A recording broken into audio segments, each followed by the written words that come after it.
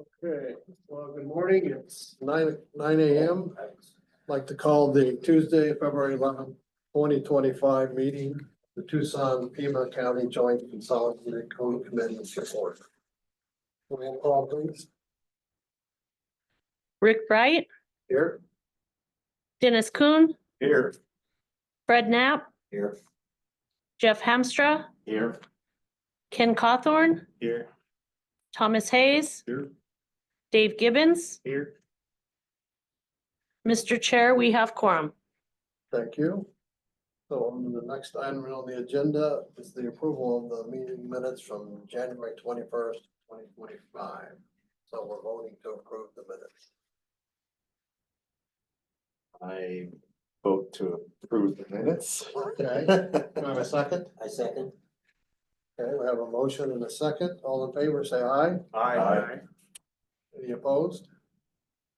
Motion passes. Okay, now we're on to item 3, consideration of chair and vice chair position. So I guess currently I'm technically the vice chair, because Brent was the chair, so. Correct. This is Clayton with the City of Tucson. As we've been going through the rules and regulations of the board to make sure that we're following all of them correctly, it was also noted that the chair and vice chair need to be considered on an annual basis. So we did just put it on the agenda so that you can consider who to be the chair and vice chair, and especially since our previous chair has vacated the board, it's all the more appropriate. Need a backup. Yeah. Okay. Any thoughts? This Ken, I'm okay. Can we vote you into being the chair? Absolutely. Sure. Second. Now the dangerous one, the vice chair. Yeah. You want to step up and volunteer? No, I'm already vice chair on another committee, and I'm terrible at protocol, so I don't know. Well, you're always late. Ken. Yes, exactly. I could do it. hey. I second Dave. Okay. I nominate Dave.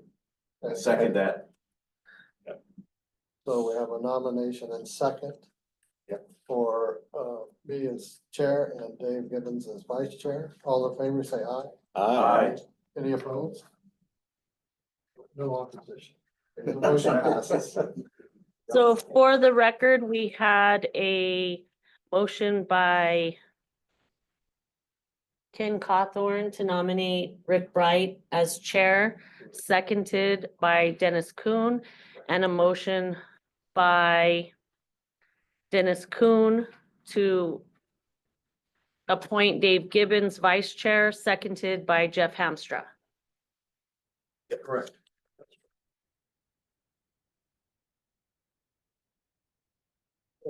So that brings us to item number 4, the International Residential Code Amendments.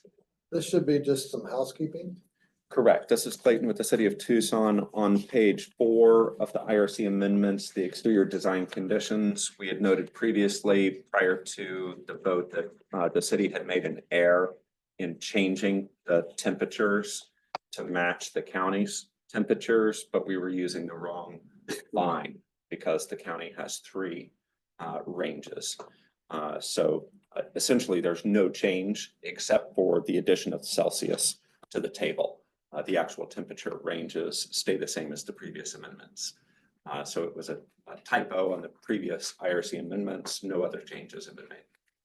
Okay, do we need a motion to approve that, or is that like they're under error? Just, well, so you already acknowledged it at the previous meeting when you voted. So the vote still stands. It's really just making sure that you're aware that the document has been changed and the most recent posting on the website reflects this. Okay. That's okay with that? Yep. Yes, yeah. Okay. Now, item 5. Yeah, before we get started, I want to thank Ken and Dennis because they've put a lot of work going over this Yeah, energy code. This is the biggie here, I just want to thank them for their extra. effort. especially Ken more than me. Okay. So to Yeah, get and into the I brought in discussion. some recruits too, so. Uh-oh. They're ganging up on us. Okay, so do you want to take the lead on this, Ken? Sure, this is Ken Cawthorn, and yeah, as we had stated the last few times, I mean, the changes between the 18 and the 2024 are enormous. And if you read through it, I understand why they're enormous, because they're trying to get to net zero by the 2030 code edition, which is, they're already doing amendments to the 2027 or doing changes to the 2027. So they really only have one more code cycle to go to get there, which I guess that's my biggest issue is, I mean, we're in adopting this, we're saying, yeah, we want to get to zero or net zero by 2030, which is a huge undertaking. And it's gonna cost, you know, building owners or building developers and building owners a lot of money to do that. And as we talked about last time, just getting to permit is essentially the same as getting to LEED silver to LEED gold for all jobs. And so the documentation and the work that goes behind that, let alone the construction dollars that go behind that, is gonna be, I think, a shock to a lot of people. And so I think one of the things we talked about to soften this shock, if we're gonna, not adopting an energy code, I don't think is an option. So, and you can't keep the 18 because the 18 has so many outdated items, especially in the mechanical. Going to the 21 has its problems. So what we talked about last time was going to the 24, but making these additional credit items, which is section 406, just trying to have a big step in there as far as that goes. As far as instead of it being, 1,000 or 2,000 to 5,000 square feet, to do these additional items, make it 100 to 200,000 square feet. So that way, at least those buildings have more construction dollars, they have more design dollars, and they usually have more abilities to do a lot of these additional items that are in there. So anyways, I sent out an email kind of highlighting some of the things that I wanted to discuss. So I guess I'll take a step back on that and just kind of go through that. One of the items was that we've been going through since, I think, might have been the 2018 or the 2012, was requiring when somebody has a replacement air conditioner, their residents, their AC unit broke down. So not only are they burdened with the cost now to buy a new air conditioning system, they're also burdened with the having to prove that what they had was not oversized, or and so now they have to not only pay the contractor to install it, they have to pay either the contractor or an engineer or somebody to come up and do the calculations to show that, yes, it was sized right in the first place. And my thought is that if we gave them a permit back whenever it was to put it in the first place, it must have been okay to do that and to force. The only thing I would say, Ken, is that years ago, they weren't required. And so quite often they were done by unqualified individual. Right. In the process. My company, and I'll share with our replacement on the residential side, that 65% of the units are oversized. Right. Because if you don't know how to do the calculations, what are you doing? Right. You're guessing, and it's gonna be bigger than it should be. So, I don't think that, quite honestly, if my company replaces it, for 41 years, we've been doing load calcs for everyone, because I don't want to assume the guy before me knew what he was doing. And a lot of times there's home improvements that may have been initiated with new windows and such that, you know, I don't think that the cost to do the calculations are prohibitive. Right. I quite honestly do a lot of calculations for other HVAC companies, don't know how to do it. Correct, correct, which is, we But always, we get the call. I do get paid for it. Right, we get the call and we ask them, check with you, because we know you do that. Right. So we do ask people to do So that, right? we do have a number. To me, in my industry, it's kind of annoying that we don't have a better educated, you know, competition out there doing the simple, easy thing that, you know, Yeah, not that complicated. I broke out my own books when I went through engineering class and I actually looked at what Stan Adams had me to design Tucson at. And this is a long time ago. Yeah, This is like 77, 78, and then we were designing actually back then at 102. Yeah. So, you know, it's, those calculations are, I think are quite easy. Yeah. I mean, there's numerous. they approved- are, Numerous approved, software that can assist and do Mhm. that and so, you know, I don't know how burdensome, quite honestly, you know, that is for cost and so forth. But, you know, when we're talking about energy efficiency and moving the community forward, I tend to think that that's not a big burden.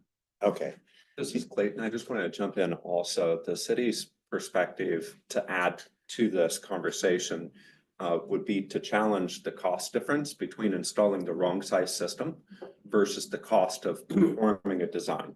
okay, And because we see so many systems that were installed with a rule of thumb, yeah, like 400 square feet per ton, whatever, like whatever methodologies and or client requests to install specific types of equipment, regardless of the recommendation of the installer, without the use of design information, creates the potential for excessive cost on the equipment itself and excessive energy cost to operate the equipment that the property owner, tenant, or, you know, building occupant might not otherwise be aware of. Great point, because I mean, if they're putting a 5 and I'm putting a 4 in, the 4 costs me obviously less money than a 5, and it offsets that time for us to initiate and kind of do that. I mean, there is a front end of that on an existing residence that you're gonna have to gather all that data on site to be able to do those calculations. But we find that, you know, there's on Pima County parcel, very nice, you can print off the outline of the house. Kind of interesting, sometimes you show up and the footprints change, but Pima County parcel hasn't. Okay, so those types of things, but I mean, we show up a lot and a lot of window improvements and those types of things that do have an impact on what unit size should be. So it's just, you know, that's my point of view and what we see in the marketplace and what we're competing against all the time, that it's quite shocking, you know, 65% of the time. And the hardest thing we have is that the clients are going, well, I want the bigger one, you know, I'm scared to go to the Correct. smaller one. And Correct. my response to them is really simple and easy. I have 100% customer satisfaction. If that 4-ton doesn't do the job, we're gonna be out to put a 5. Now, a lot of times what we do, Ken, and you know this as well, you can put a 4-ton condenser on, but it's a 5-ton furnace or coil or Correct, air right. handler or what have you. So gives you more capacity. gives you a lot more capacity, gives you more sensible, those kinds of things. So, but I think that from a I think our job is to make sure that the consumer is taken care of here. And I think that's a kind of an important point to Okay. make sure they get the right size unit. All right, I just wanted to bring it No, up. I Because agree. I could say, I you know, do get a lot of push. if the big pushback is my competition that don't know how to do it, they're having to pay you or me to Right, go right, do it, right. and it is an added burden to them. Yes, Kind of thing, but It's kind of a cultural thing. Other parts of the country, the HVAC contractor does do the calculation, but it's not part of the culture in Tucson for the mechanical Yeah, contractor yeah. to do that. The So this kind of 400 square forces a foot per change. ton, you know, probably might have worked back in the 70s Right, and 80s before right. we started insulating and doing good things in houses. But I would also like to add, you brought up window replacements, but weatherization, air sealing. We have a lot of old leaky buildings that were designed for evaporative coolers. And as different weatherization credit programs become available, where homeowners can take advantage of grant funding or other sources to help air seal and provide a tighter home, it will change the dynamics of how that system functions. Okay. All right. Uh, Just, Just for clarity, so these calculations, Chris Monrad, Monrad Engineering. Just for clarity, these calculations don't have to be prepared by a registrant, do they? They do not for residential. Excellent. Okay, that's all I had. Thank you. okay. There was I've also so I kind of went through. So I've gone through the mechanical sections, which is 403. And I know there's a lot of things in there that are more stringent than what we've had in the past, but nothing was like that I saw was glaring. I mean, there was things like that we do now where we got these bars where everybody's wants to have the roll-up doors and the sliding doors, and so now you have to interlock them with the AC. Nothing is like, oh, you can't do that, you know. So I understand that. So I didn't see anything there that was overwhelmingly that I thought was going to be a huge burden for anybody. And then that's when I needed some help. And so as far as some of the sections in 405, so like the daylighting response controls, the interior lighting power requirement, and the automatic receptacle controls, I've gotten kind of mixed reviews on those. Some people think they were overly burdening. Others thought, yeah, it's just another step they're making. So I didn't know what your thoughts were. So my sense is it really depends on the project, because a lot of small, simple projects can use very basic controls to control their lighting now under the 2018 ICC. Oftentimes it's just an occupancy sensor that replaces what would have been an ordinary light switch, line voltage sensor. When you go into needing these more complicated technologies, you're no longer going to be able to do that. You're going to have to go to a system in the room that uses discrete components, or ordinarily you have a room controller in the ceiling space, which is essentially a fancy relay or group of relays. That would be wired to with low voltage wiring to a sensor on the ceiling or multiple sensors if it's a big room, and then wired down to a low voltage control on the wall. So there's more components, going to be more cost, and the components are more expensive. But is it huge money? No, but it could be a few $100s per room in some cases compared to a very basic sensor just at the door location. So once you put that basic system in, to add more to it doesn't do a whole lot of extra things. You need daylighting. It's either a different sensor or a second sensor on the system. Not that big a deal, but then you also have to make sure that your lights all have dimming capabilities. But nowadays, virtually everybody uses LEDs for everything. Most LEDs come standard with the ability to dim down to 10%, which is all you need to do for daylighting controls. So again, that's not really a burden to do that, but it takes extra wiring to implement the dimming to all those lights, because you have to bring extra wires to them. Ordinarily, they're using a system that requires 2 more wires to go from light to light. So that adds cost. So it's all, adding cost up front. And then you put that system in, it has to be commissioned. So I mean, some of the stuff is plug and play. If you have a simple room, you just do it on a per room basis. A lot of the basic aux sensor functions are plug and play, but there does need to be some adjustment calibrating to get the daylighting stuff to work. Plug controls.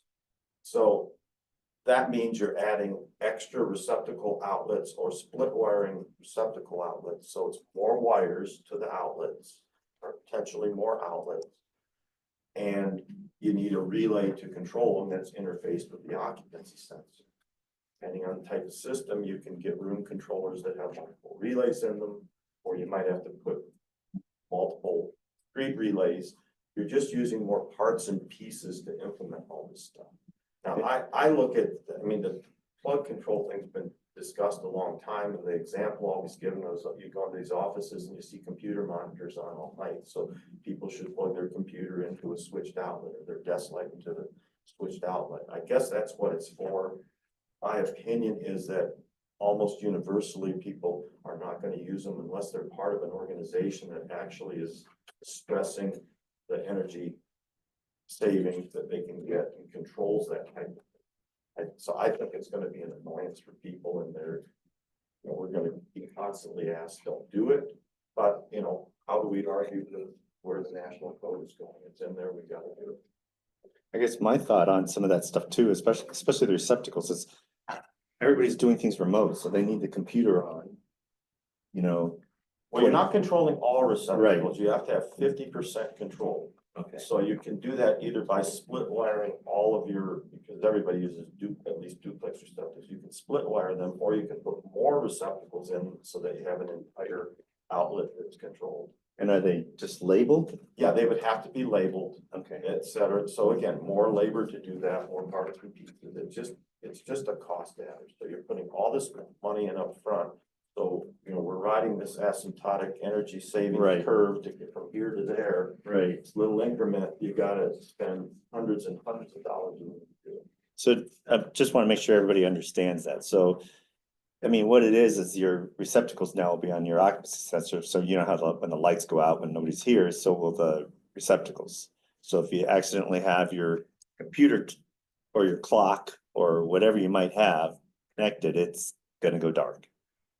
But there will be. There'll be outlets others. that You just have to know don't- which, Yeah. what to plug into.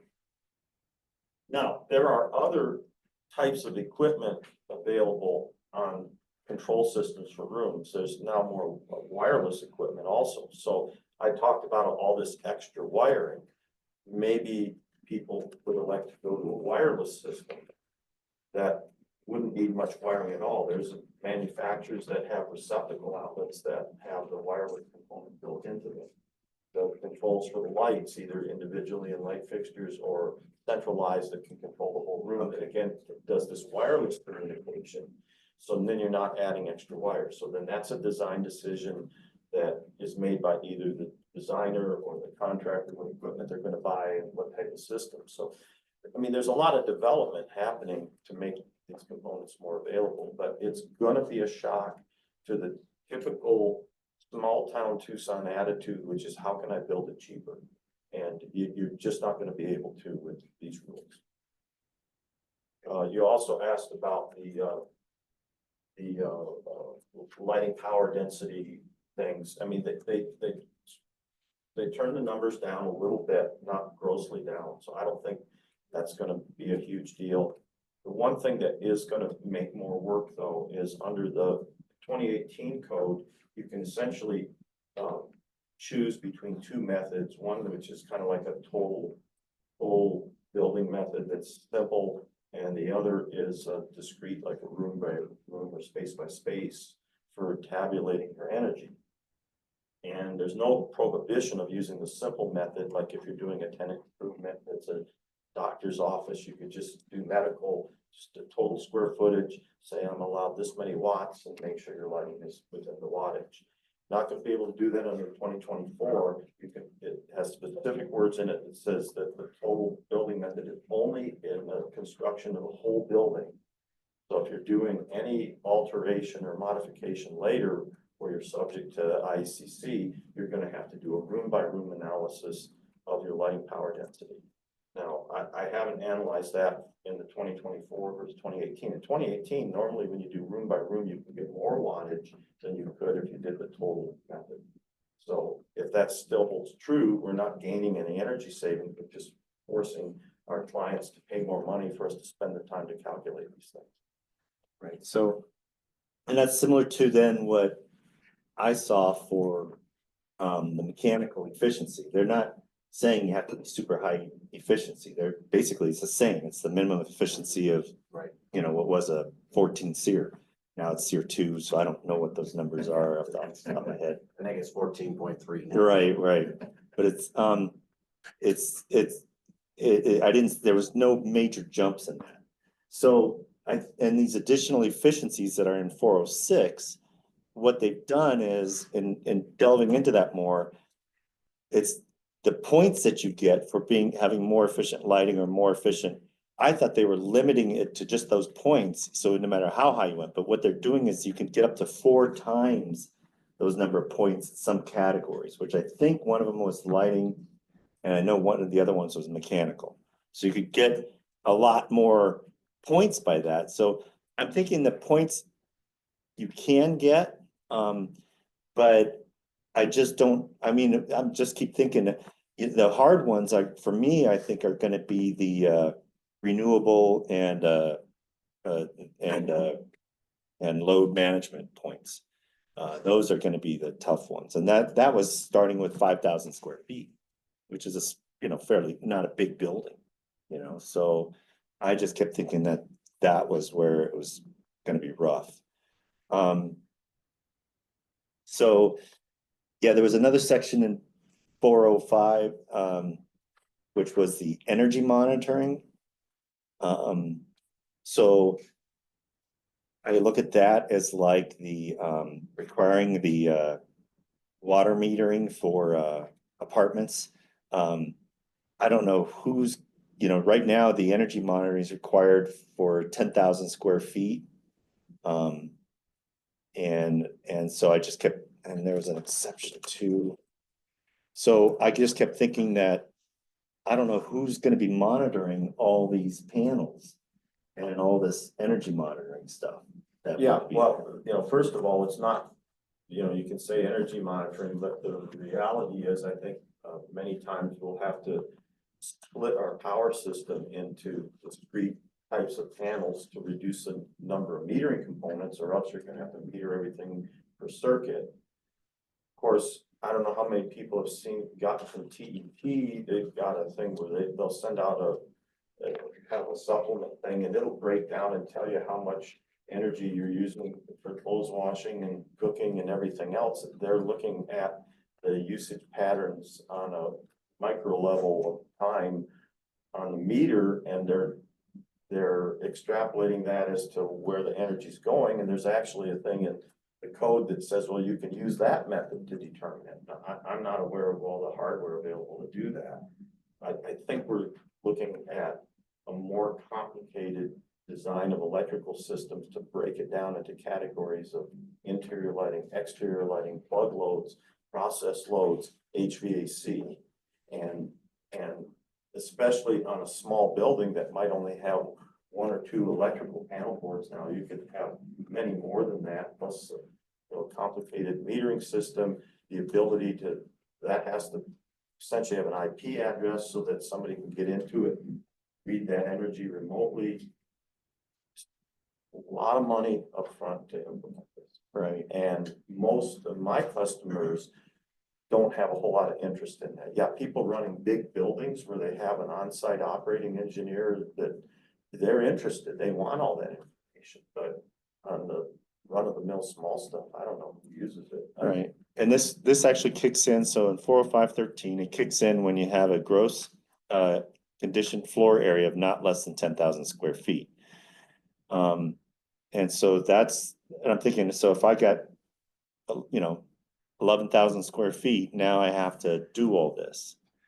So that had me concerned about the added costs for again, the building's getting bigger, so that's okay, but 10,000 square feet, 11,000 square foot building's not, I don't think, you're not gonna have a building manager for an 11,000 square foot building.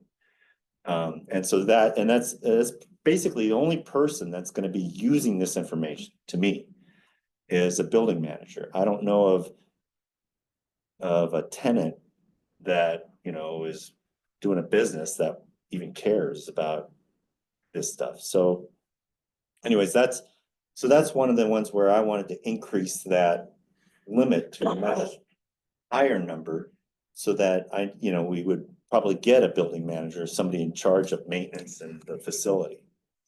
And so I was thinking that would be in the 100 to 200,000 square foot range. Because then you probably will have somebody in charge of facilities at that point. Yes. So this is Clayton with the city. A couple of points of note. We did take a look at permit activity over the past few years, and there aren't a lot of buildings being built that exceed 100,000 square feet. I will say that the majority of the buildings that were built in the past 4 years in the city of Tucson that exceed 100,000 square feet are self-storage facilities. Correct. Okay, so there are some other buildings, right? Your big box stores, so on and so forth, but they're just, we don't get a tremendous quantity of them being constructed. Yeah. And so I just want to point that out, because the 100,000 square foot threshold is pretty high. Yeah. And so I just want, folks to acknowledge that if they're considering that threshold, it's really going to be a very, very small percentage of buildings that are being built. And if you set the threshold at 200,000 square feet, it's going to be even smaller, right? It might be 1 every 5 years or so that exceeds 200,000 square feet, just because of the size of that. Okay. Right, and that may be that many like campus style developments overall is 200,000 square feet, but in reality, they're building a 50 and a 50 and a 50 and a 50 somehow that are classified as individual buildings. Exactly, which was my next point. We've issued a lot more permits for, say, apartment complexes, and the total square footage of the whole complex is close to 400,000 square feet, but no single building is. So want to throw that out. There was also a conversation at the last meeting about TEP's involvement in monitoring and some requests to make connection or communication with TEP. There's still some discussion happening about the monitoring side of this, but I wanted to point out that TEP did identify that bi-directional energy control is mostly prohibited because of cybersecurity issues. So when we talk about the bi-directional controls, where the utility has the capacity to lower lighting and things of that nature, it requires a greater level of communication, electronic communication, than TEP is currently allowing for the majority of facilities. So I just want to point that out also as part of this discussion. So this is Ken, and that gets into the next part, which is the renewable stuff, and also into load management. Yeah, that'd be that demand management. Right, where people that usually do that have these energy monitoring systems in their building so that they can then do the load management. But these are big facilities. These are, the University of Arizona central plant, their central plants. You've got the VA, then you got TMC. Radio. Yeah, so these are big campuses, big facilities that have not only the ability to install this stuff, but the ability to maintain it and operate it, and they need this information. So they would do this stuff normally. And so that's why I was jumping that square footage up big enough so that, this would be a normal thing for them to do. So maybe it is just the 100,000 square foot, but you're right. It's going to trigger, I'm thinking it's going to trigger storage facilities and warehouses. We're seeing where big warehouses go up, by the airport and stuff like that. But those also have a lot less, those are S occupancies. So they have a lot less requirements than a business occupancy. So maybe that's okay. And that's the only reason I was shooting for the 200 is because of the boxes, the warehouses, and the ones that have they're already very low energy use. And they're just trying to get them built at a super low cost, but again. But that type of building is not exempted from the energy monitoring. No, So it's you not. could still have a warehouse and have to put in multiple panels for very few circuits, just because you need all this. Exactly. Discrete metering, so There's no getting that exception. with complication that may not otherwise need, and how much energy is it really gonna save? You'll have the numbers coming back, but you're not really saving any energy. You just have numbers to know where it's being spent. Right, so right now, there is no exception for different types of occupancy. The different types of occupancies really don't kick in until you get to 406. Right. Which is the additional energy credits. So this energy monitoring is, the only exception is R2 occupancies, the dwelling units for R2 occupancies, and individual tenant spaces. So if you got a big box and the individual tenant spaces are less than 5,000 square feet, so they have their own utility meter anyways. But they're saying if it's down to 5,000 square, it has to be less than 5,000 square feet, I think. Yeah, has to be less than 5,000 square foot tenant spaces. Then you could fall under that exception. I think I have a job in the office right now. It's a medical building, about 11,000 square feet and 5,500 square foot. So you'd Doctor's have to do it offices. We'd have to do that for for that. Yeah, that type of tenant, and I can tell you, they've got no interest in getting that data. You know, Right. They probably are going to Ace Hardware to buy their air conditioning. You know, and, right. you know, it's, So on this one, that's where I was thinking. Maybe the 100,000 is okay, but we maybe address it too with, do we really care if a storage facility has this monitoring? Who's again, not gonna have anybody on staff to do anything with the information. Or warehouse, maybe, but warehouses, they could be 300,000-400,000 square feet and they break it into, 50 to 100,000 square foot tenants. So I don't know. I just kept thinking, this well, looks like except that, if you're talking about one big warehouse that's a common operator, and yeah, they sell out portions of their warehouse, the code's not requiring that you meter those portions separately, just that you have to break out the category. So for code, you're measuring all the air conditioning consumption, you're measuring all the lighting consumption as a single number. You're not having to break it out per area that you're renting out. Now, from a warehouse's point of view, maybe they'd rather know the number of what's each component using. Right. But I mean, likelihood now, if they're doing that, they're just apportioning a square footage or something.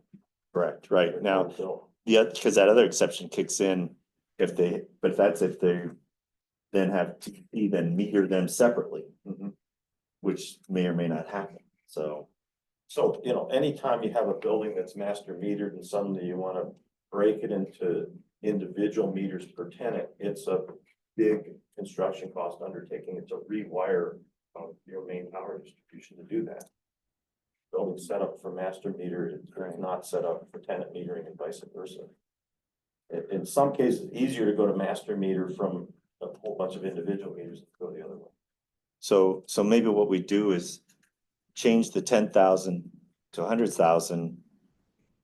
And then maybe what we do is put in there another exception for warehouses or storage facilities, And then, or yeah. I mean, I shoot from the hip, but I just trying to get this thing so that it makes sense for people. Usually big buildings, they're gonna have a building manager and they may want to do this. Doing this is not. Well, I think when you have a building where they want to do it anyway, they're doing it. Right. So you don't need a code to push them to do it. Right. So the whole point of this is to push people that don't want to do it, but what's the reason, you still can't make people act on the information. So your argument is we've got this expense to do monitoring on these smaller buildings. And the building owner is not even gonna use that information. So why are we spending the money to provide information they're not gonna use? Right. So- Right. Essentially, that's what I'm saying. Right. Yeah, because it is a big expense to do. And most of the buildings that are of that size don't have anybody that's gonna even care about that information or use it or do anything with it. like, well, just playing the devil's advocate, if you provide that information to these smaller buildings, will they start paying attention and using that information? I think have it, no idea. Well, one of the things you're actually required to put a dashboard in. yeah, for control, for monitor, So so to you're- read it. Yeah, I mean, but that can be on somebody's computer or whatever, but you have to have that ability. Right. So yeah, somebody could get to it, but again, when it's not the focus of, that is the focus when you actually have a building manager. But if you're not to that point where you got an on-site manager, I think most people are struggling with how much time they have to just run their business, and they're not gonna care much. I suppose, somebody that's really interested in it can say, oh, look at this, our lighting is this percentage, and why are we running lights when we don't need to? Right. They probably aren't if you're built for this code, because so many things require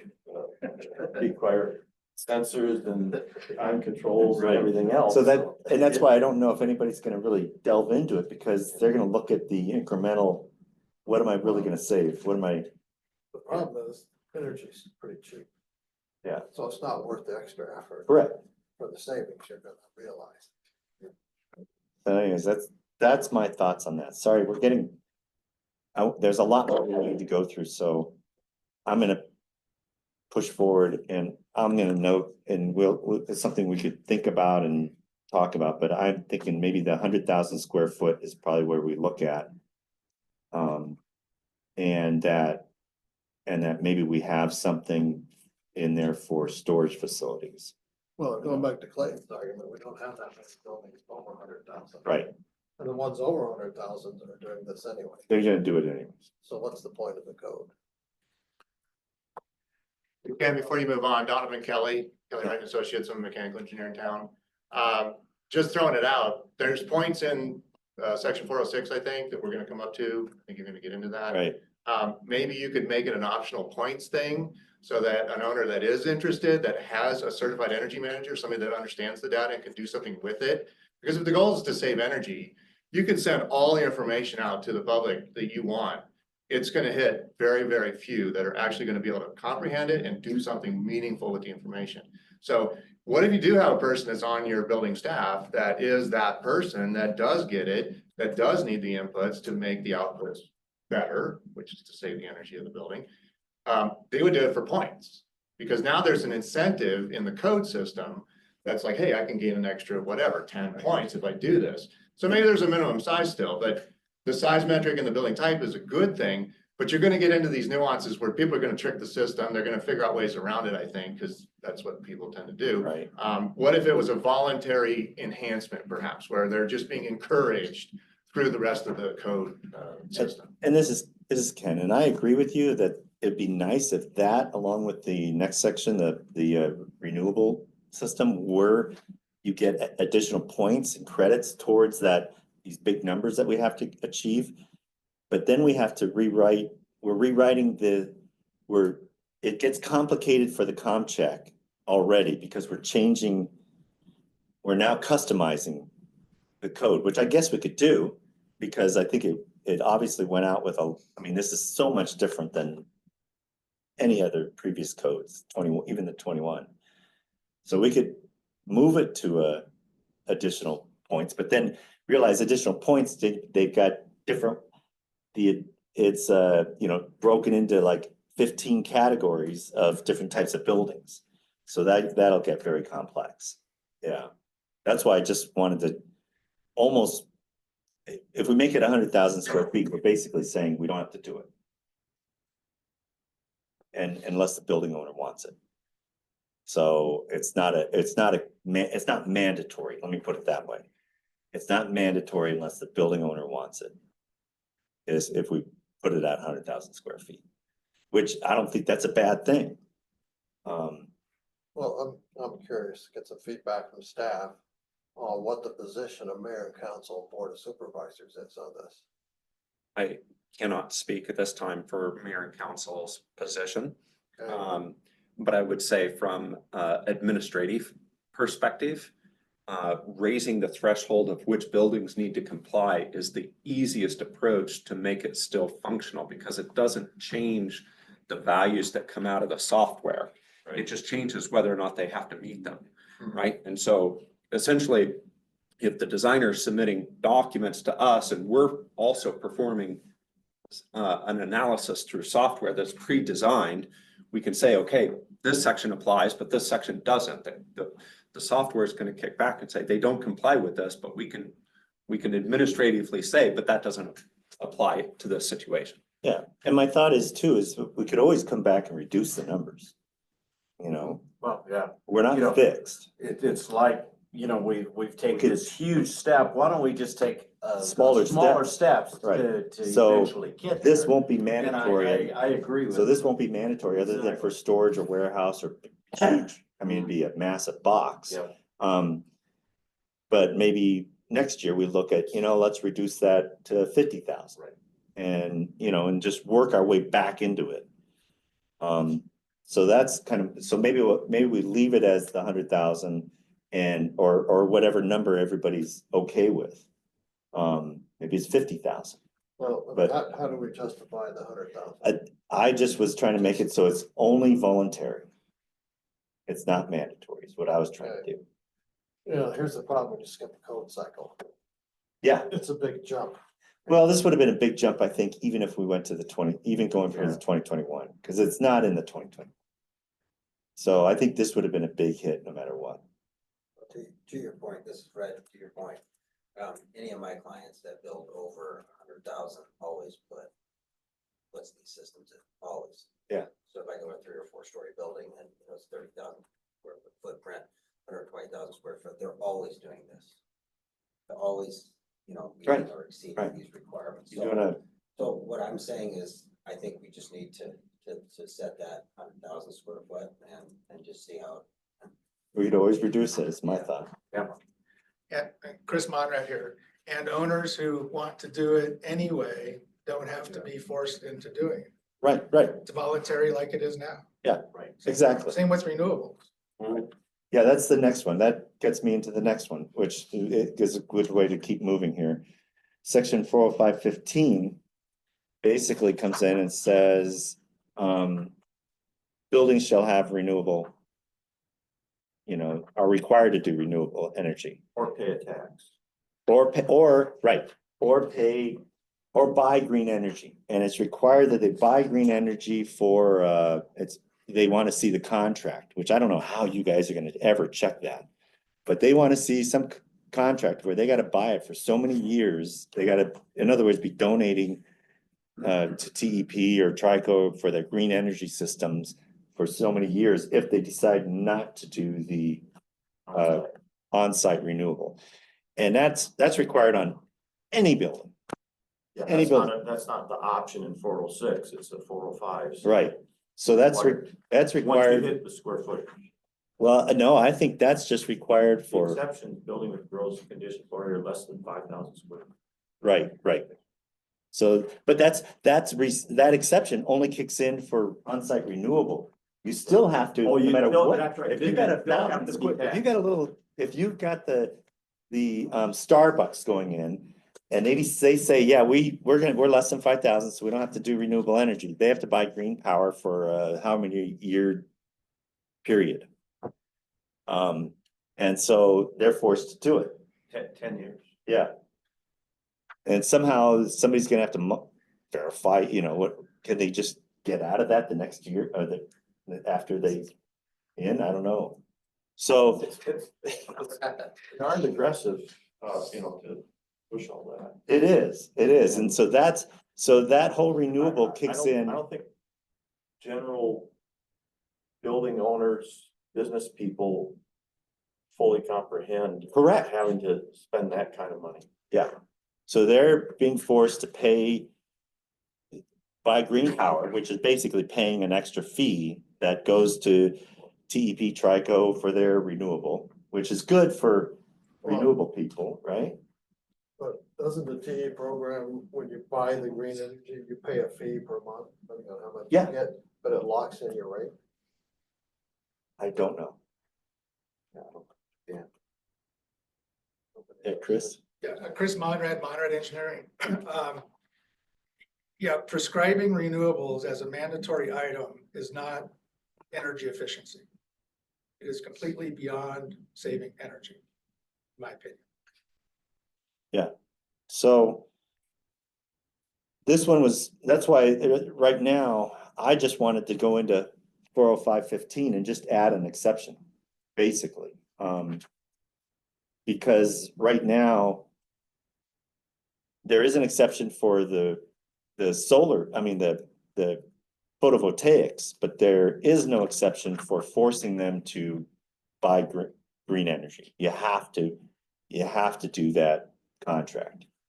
Even if it's 500, even if it's a little, I'm thinking, even those little ice machines that go out there that are, Yeah, a you little know, IKEA. 150 square feet. They're not gonna do solar, so they have to do, they're gonna have to buy green power. So there's basically the code saying, we need to invest more in renewable energy, and the way to do that would be force building owners to purchase green power, is what the code is saying. Oh, like Chris was saying, that doesn't save energy. No, it forces it gives more dollars to the power companies to then invest in renewables, right? Yeah. So that's Brings what in a that whole does. other set of issues with renewable Correct. power generation. So that's why I was saying at 405.15 is I'd like to add an exception to that whole section, because I can't just add it to the solar, because the next paragraph says, if you qualify for any of these exceptions, then you have to do the offsite. So, So, Clayton and Dan, how would you administer that? well, It's a 10-year contract. I assume if you signed the 10-year contract and next year you decided it wasn't a good deal and you wanted to cancel the contract, you could just do that. I will say from the city's perspective, we would only look at the information that's provided prior to the construction of the building. right, Same for us. Right. So. yeah, you're not gonna be policing. Right. And how many buildings are built and then almost immediately sold? Yeah. New owner. And the new owner comes in and says, I don't wanna do that. So maybe it's okay to do it, because you're right, a lot of them are bought and sold, I mean, right, that first year. But then you're still adding to the cost of construction, You are, and you're not achieving anything other than picking money out of somebody who's building and pushing it to somebody else that's taking that money. right, Yeah, those dollars would be better going into the building envelope. right. I agree. Higher SEER, Anything HVAC, is built, that's actually achieving. Oh, exactly. It's And that's- achieving energy. and it's forever, it's perpetual. Exactly. Right.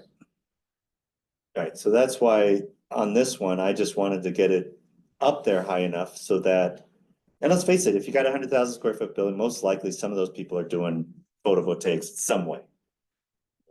Cause they get the credits and so most of them are doing that I've seen. So could we omit the offsite energy renewal? Well, I just want, section, or we have to leave it in because if you hit that larger square footage threshold, there would still be the old.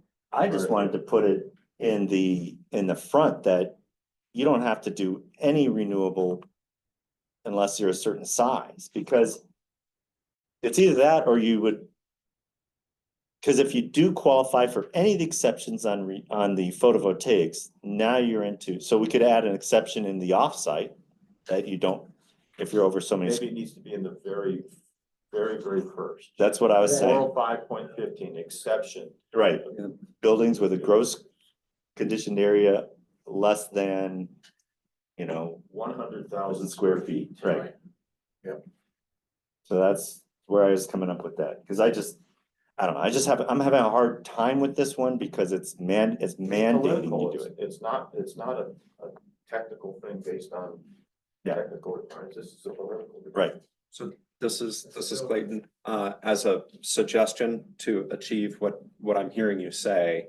The very beginning of this section, C 405.15 states buildings in climate zone 0 through 7. So that's everybody, almost everybody. Yeah. rather than trying to craft an exception, I prefer to avoid exceptions where possible, right? But you could simply say in buildings in climate zone 0 through 7 with a gross floor area exceeding 100,000 square feet shall comply, Okay, right? yes, yep, You write it into the code yeah, that, right, it only kicks in when the building exceeds Right. 100,000. Well, nobody reads the exceptions anyway. Yes, that's the first place we look.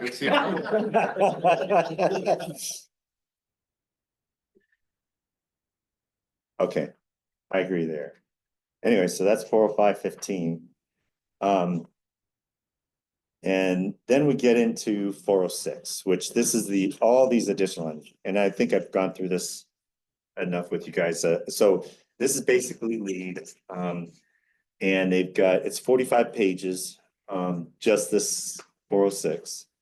From what I can gather, we can get enough points on not a typical building, but the larger the building gets, the easier it is to get the points. But you will be having to buy points, whether it's through you're gonna have to find ways to get the points up there, because there are a lot of points that are required. But the one that was hardest for me was the additional points, if you were over 5,000 square feet, now you had to go into the, where was it here? 406.3, I think, which was the, renewable and load management point credits, which that's the one that to me was, I just looked at that, 406.3, that was gonna be tough, because that limits the amount of credit you can get from photovoltaics. And really the only way you get to pass that is if you put in load management controls, which now you're having to do the energy monitoring.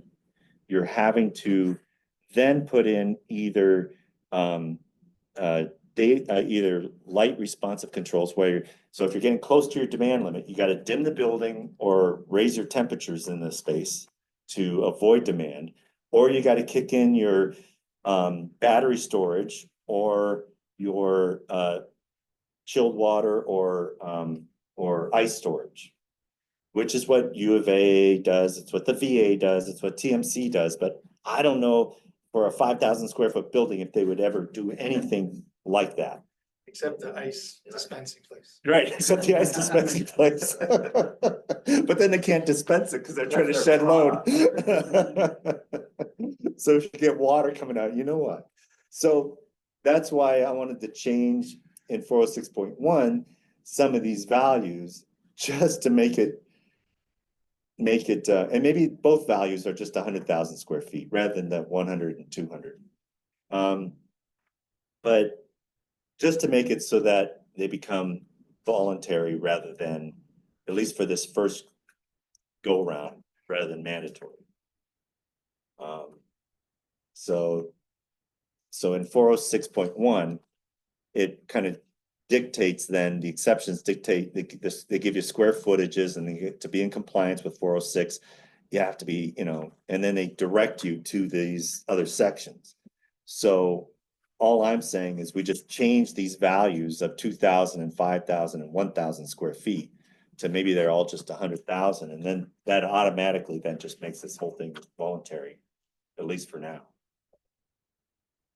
So that's what I was struggling with.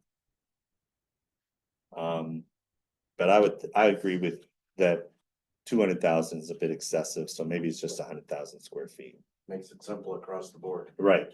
100,000 for Right, so it's for, all of those points. so for items 1, 2, and 3, which those force you into the whole 406.3, 406, yeah. It's making me think of the 99,000 square foot Walmart. Yeah. Or we have water heaters. Hey, we have water heaters that are 199,000. Because if you get to 200,000, it's called a boiler. And then you have a boiler room. So that's why water heaters are 199. So you're gonna have a lot of 99,000 square That's foot. why, 510 buildings. units, you design it 1900 CFM. Right, yeah, it's just not 2,000. Get the exceptions again, aren't you? Exactly. Right, so anyways, so that's what I was looking at there. Ken, Oh. it's Dennis, one thing to consider, compare, and I'm not advocating that we need to go here, but just for transparency. In the 2018 code, you apply the basic requirements of 405, but then you still have a 406 and you have to pick one. Right. If we go what you're suggesting, you're not picking the one, so you're not doing anything optional at all. And would that have any unintended consequences? It might. In other words, the basic requirements in 405 will always have to work with some, because once you're above these square footages, you have to pick some option to get additional energy Right. saving. And so we'd be throwing out any of those additional energy savings. Now, granted, those rules in the basic part of 405 are more stringent than we have now, so we're still gonna be reducing things, but in terms of paralleling where we're at, maybe we're not quite. And maybe that definitely, I agree with you that definitely is gonna happen. That since we're just, this is a complex section, at least from first glancing at it, and it also requires somebody to manage it now. ComCheck still hasn't come out with how they're gonna do it. From what we've all heard, it's gonna be something online where you get to assign, you register it and you get to assign people to who's gonna Like be. lead. Yeah, just the same as lead. And then, but somebody's gonna have to manage all that and figure out, hey, we're still short, guys. We gotta figure this out and we gotta have meetings to try to figure all that out. So for instance, we're doing a project right now, it was a 7,000 square foot gym. And so my fee was somewhere around $7,000. But I said, look, if you don't get this in by July 1, I'm gonna ask for an additional $20,000 to $25,000 to do the documentation necessary. Because more than likely, what I'm gonna try to do is an energy model. Well, that's probably 10 grand right there.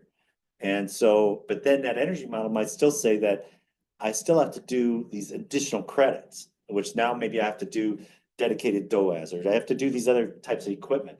So that is gonna increase my design cost. So that's kind of where I was telling him that I don't know what my fee is gonna be, because I don't know what it's gonna take yet just to get your building to comply the minimum code requirements. So, I don't know. So it might find out that, yeah, we add all these 100,000 and eliminate it, but then we find out Phoenix and other jurisdictions aren't, and we do work up there and we feel, you know what, it's not as bad as we think. You know, we could always go back and reduce these numbers. I just think this is my way of doing a baby step into this. And, you know, we work our way into it rather than just. Jumping off the cliff. Yeah, because we may not, I don't know, the first building that does this, I'm feeling for it, because it's gonna take not only design professionals, but the building officials. How are they even gonna review this? They're just looking for, yeah, green is good, red is bad, so. I'm just looking for some document, yeah, so, Well, the other problem is the coordination of it. yeah, Well, it should probably be the architect that coordinates. all Yeah. this. And if you're an architect that does lead buildings, it's not a huge transition. Correct. If you're an architect that doesn't do lead, I But- mean, you're gonna be completely lost, am I right? Chris here, but the architect who managed the lead project charges for that. yeah. Right. Absolutely. Correct, and that's Absolutely. the thing I was saying is, so. Like, and then you talk to these architects that are doing the lead projects, and they say, and then when they find out that, hey, Quest Energy will manage that for you, they're like, I don't care what it costs, we're hiring them, because they don't want to do it, because it is so involved and so much a drain on they're trying to design the building, they're not trying to figure out credits. I'm And- not convinced our design industry has the people to keep up with it. Correct, so even Quest Energy is telling me, Who's gonna do those? yeah, if we all of a sudden now have to do this for every single permit in Arizona, we need to be, 100 times bigger than we currently are. So they're trying to figure out how they're gonna manage this once it gets approved by all these jurisdictions, because they're gonna be flooded with people coming to them saying, can you just manage the comm check on this? And then they have to decide, should I do a comm check or should I do an energy model? Which is, where do I have to go with this? So that's kind of where, and I've been talking to them about this stuff and they're stumbling with it too. So anyways, yes. This is Clayton with the city. One further recommendation for you to consider is some sort of analysis on the quantity of buildings that have been constructed at certain square footages in the city for the past 5 years or 10 years or so forth. Because as we begin to just pull a number out of the air, we don't really fully understand what impact that will actually have unless we understand how many permits are actually being pulled. I would estimate that it's probably still less than 50 per year, if not less than 10 per year at the 50,000 square foot threshold. Right, so How difficult would it be to get that data? we can pull reports if we understand the parameters for what we're looking for. And I'm sure the county can too, just based on, permit activity, right? And so I would just highly recommend that we actually consider So- what impacts we're having when we select that number based on the history of the past few years. Well, I agree. So- If you're gonna have a number, you need some justification for All right, so whatever number. And so it may this be is- 100,000. is there a way, so can we request both the city and county provide us in 25,000 square foot increments of the number of permits at 25, 50, 75, and 100,000 square feet? Yep. 100,000 square feet and larger, let's put it that way. This is Chris. I'd also like to recommend that we poll the US Green Building Council and see how many LEED rated buildings have been built in the city and county over the last 5 years. Yeah, I could look into that too. That might be even less than the number of Right, 50,000 square foot Right. buildings. well, it has dropped significantly. I mean, because people were realizing that it was costing them. It was fine up front because it was easy to get, because we were talking about 2006 energy code. And you just had to be, even being a little bit more efficient was easy. Then the 2012, and then it became more challenging now, but now the code's so strict that this is basically LEED. It is basically LEED, and that's why it's 45 pages. Yeah, this is Chris. And that's why, we practice and a lot of designers and even contractors practice LEED inspired buildings, where you put in the stuff that makes sense for energy efficiency and life cycle cost analysis, which is in the intent of the energy code. The energy code specifically speaks to life cycle cost analysis and affordability. And the bloated LEED that exists now has a lot of things in there that are not energy efficient and don't have return on investment, and that's why it's fallen out of favor.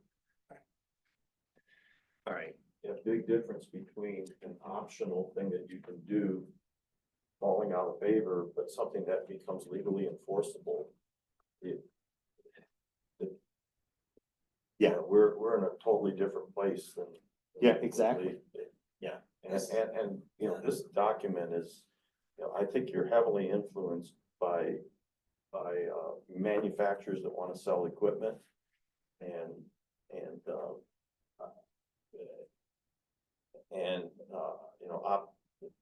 the people that want to go there, idealism to where we can go, but it's lacking the practical. Yeah, this is Fred. I have more owners now that are tilting toward, we're designing and building to LEED standards, to Chris's point. We're not getting LEED certified anymore. Yeah. If they do that, they appease their boards and everybody else. So that's kind of the way it's heading. A lot of the owners. This is Clayton. One other suggestion to consider. David Gillespie from the Southern Arizona Home Builders Association has proposed that you also consider the energy code amendments from the National Association of Home Builders. Unfortunately, we didn't get this recommendation soon enough to update you, so we didn't distribute that yet. These amendments are available online. There's only, I think, maybe 6 or 8 of them. And some of them don't even apply to our climate zone. Okay, so we can scratch a couple of them off right off the top because the amendments don't apply to climate zone 2. So we'll be distributing these as well. At least one of them includes offsite energy, which I'm also not a big fan of personally. But you know, it's up to consider. I would also recommend that we move towards items that we can vote on in March. Yeah. Okay, because we are getting closer and closer to our target implementation date. And the less we can defer conversations to a future meeting, the you know, more productive we'll be at each additional meeting. So rather than waiting till March to get these number of permits based on square footage, if we can get those as soon as possible, that way we could kind of start generating where's the good As a break group, we point. can start, you know, cleaning this up. And Right. And getting it where we'd like it to be for next meeting. Right. And we can certainly distribute those reports to you in very short order so that you can come prepared next month. We're pretty much all in agreement here. We're gonna adjust that square footage number. Yeah. We just don't know exactly what it is Correct. until we get the information. So Yep. could the document be edited with the placeholder for that, and then we try to set Yeah, those numbers? yeah, And I then- definitely then we could- could I could do that, Then we yeah. could really be close. Right. Yeah. I agree. Okay. I think that's a good idea. There's a few items that I already did see that are simple, believe it or not. Section C 406216, it's a credit EO6, which is fenestration. There was an item in there, it looks like, I think it's a misprint, but okay, so it says in there, let me just get back this whole sentence up here. Where vertical fenestration is located under a permanently attached shading projection and the projection factor PF not less than 0.2, as determined in accordance with section 405, 40253, the SHGC for the fenestration shall be permitted to be divided by 1.2. If you divide the fenestration by if you divide the SHGC by 1.2, the value actually goes up. Whereas I think we want it to go, no, I'm sorry. So the SHGC is a fractional number anyways. It's 0.25 typically, or in that range. So if you divide by 1.2, it'll be an unobtainable number. So here you were saying we want to be able to, if you got shading, we want to be able to give you some credit for that, but we're making it unobtainable because now got to give you 20% better. So what I think it should be is multiplied by 1.2, because if you're 0.25 divided by 1.2, you're going to be, was that 0.2 or something, which is going to be harder to get. If your SHGC is 0.25 and now you have some overhang, Go to and 0.3. you'd be at 0.3, which Right. With shading and. which is because you're shaded. Exactly. Right. So that's why I'm saying it. I think that should be multiplied. And unless somebody, I mean, I could be wrong, but I think that's a typo. So this is Clayton. I think we should definitely consider that. And I think this should be an item that we address at the next meeting Okay. to give everyone the opportunity to do the math, right? And have a vote based on their own Right. arithmetic. Yeah, and this is Dan, real quick with the county. I'm just looking at the commentary and I think you're right, Ken, because it specifically says, talking about when their shading reductions are allowable to the SHGC where attached permanent shading devices meeting the proper factor are provided above the fenestration. Right. So in other words, if you got shading, you can go with lesser quality glass because it's the shading gives you the benefit. Get your back. Right. Or the. Whereas the way it's worded is you'd have to go the shading would give you, you'd have to go to better glass, which would be harder. Yeah, it's counterintuitive. Right, and it's because the SHGC is a fractional number, so it shoots it the wrong way. This is Chris Monrad. I wonder if the IECC has picked up on that and issued any errata yet? Not at this time. This is Clayton. I've already reached out Okay. to request some additional information. Okay. Which is, I can't speak on it yet because I haven't heard back. All right. Maybe Ken's the first one to notice. Good way to go, Ken.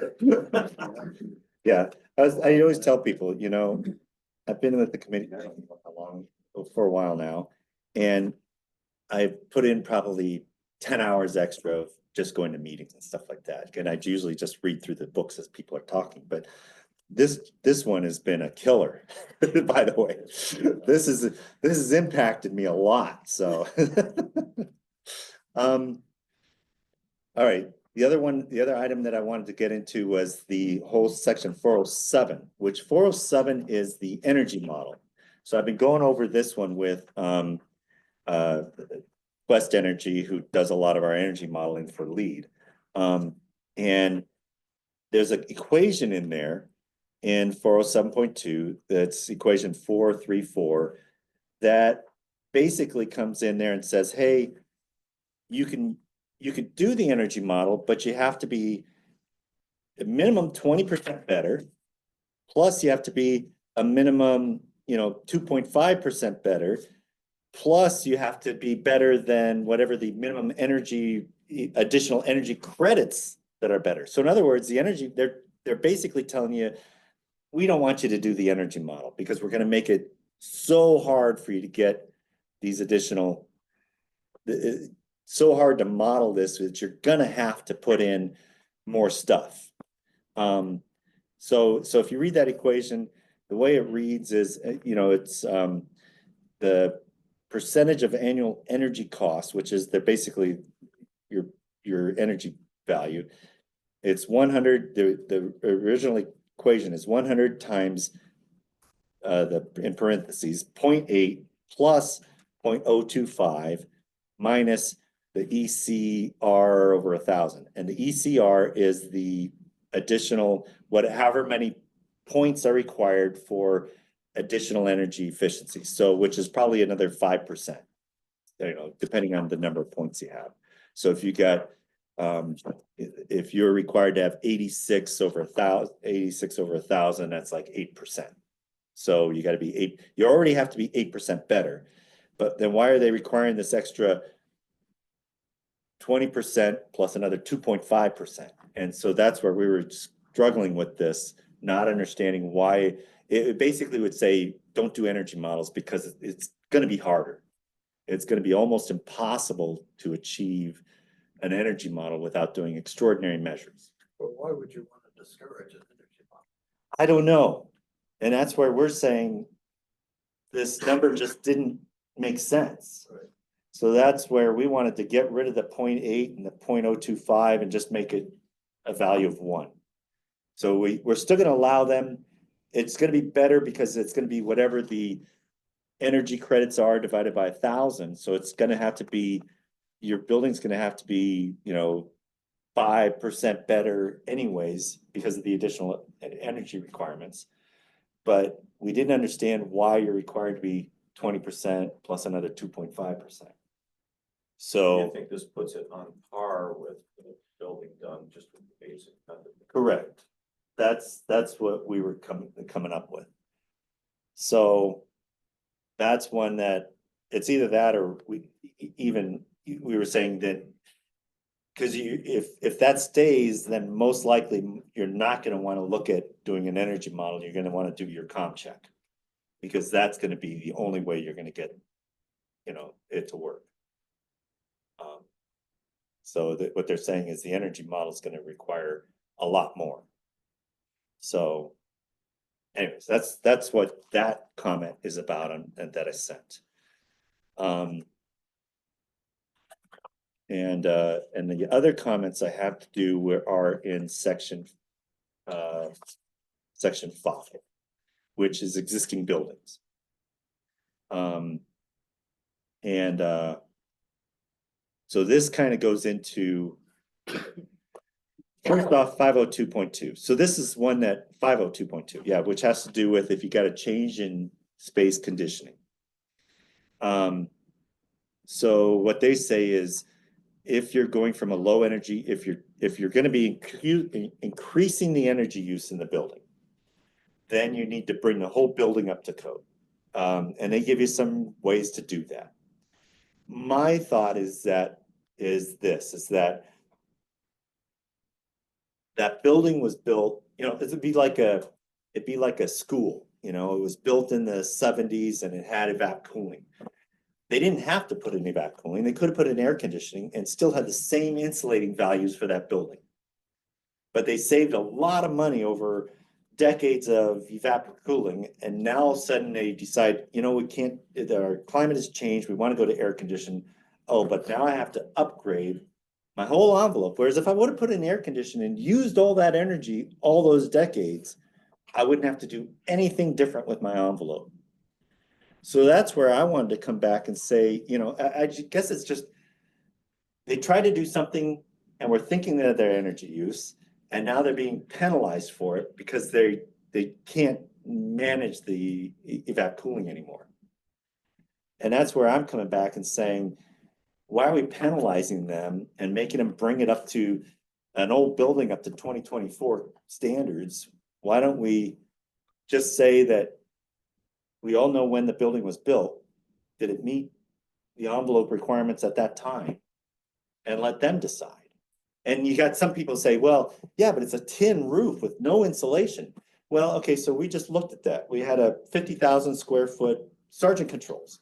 And they said, yeah, it's evap cooled, but we don't want to insulate that. That roof's gonna take, I told them, well, you'll have to put 100 tons in if you don't put any roof insulation in. But now if you touch it, you need to bring it up to code. So you bring it up to code. Now you're only adding 10 tons. So you're saving 90 tons. So you either do 100 tons or you do insulation in 10 tons. They said, oh, we're going to insulate it. So it's going to happen naturally, I think. But to force people to, if they had, let's say they had R19, then this would say, and they were evaporative cooled, and they had R19 in there, and this or R30. Even R30, they'd say, oh, you're going from evap cooled, you got R30, oh, it doesn't meet it now. So that's where I'm struggling with. Why don't we just say what was required at the time they built it, and not what's required now?